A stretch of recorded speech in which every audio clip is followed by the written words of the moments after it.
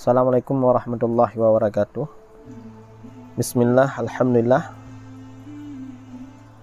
Ini ada baca tentang wanita-wanita yang mendapat kemuliaan yang Allah berikan kesempatan untuk gususui Nabi Muhammad SAW.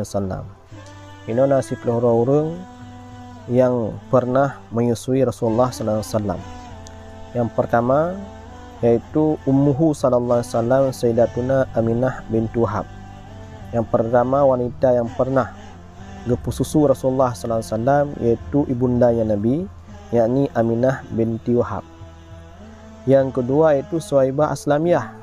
Suhaibah Aslamiyahnya adalah sirolamid daripada Abu Lahab yang gepu merdeka oleh Abu Lahab ketika gedinga lahirnya Nabi Rasulullah SAW.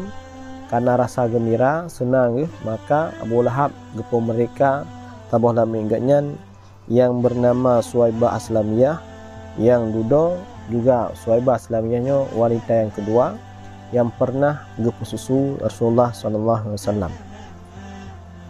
Yang kedua Halimatus Sa'diyah, nyo wanita yang juga pernah gepususu Rasulullah. Yang keempat itu Sirawrineng yang namanya Sa'diyah. Sa'diyahnya kan Halimatus Sa'diyah, tapi nama saban tetapi urunji berbeda. Ini pegah Imratun Sa'diyatun ukhra kanat turdihu ma'a amhi Hamdah. Yang keempat adalah Sa'diyah, urinang yang bernama Sa'diyah yang pernah juga gesui paman Nabi, yakni Hamdah radhiyallahu an.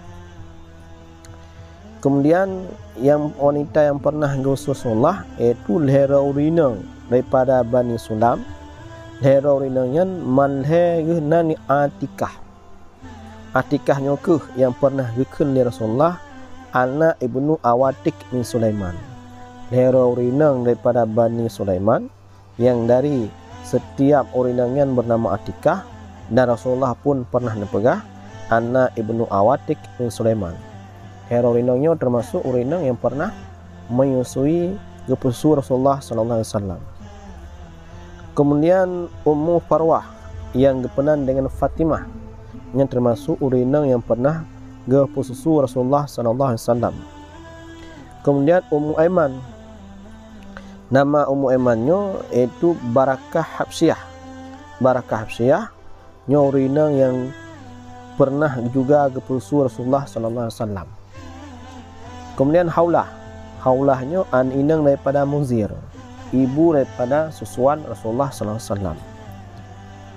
Yang kemudian tipluhro urinang yang mendapat kemuliaan karena gepusu sira urung yang paling mulia di dalam bumi Allah Subhanahu wa taala yaitu Rasulullah SAW.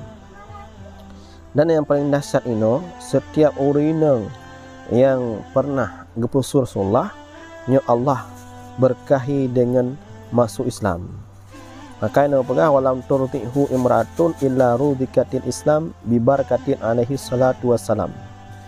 Allah Ta'ala kepada setiap wanita yang pernah gepusu Rasulullah, maka Allah berikan keberkahan dengan masuk Islam.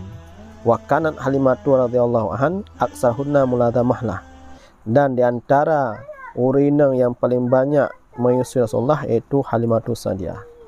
Assalamualaikum warahmatullahi wabarakatuh.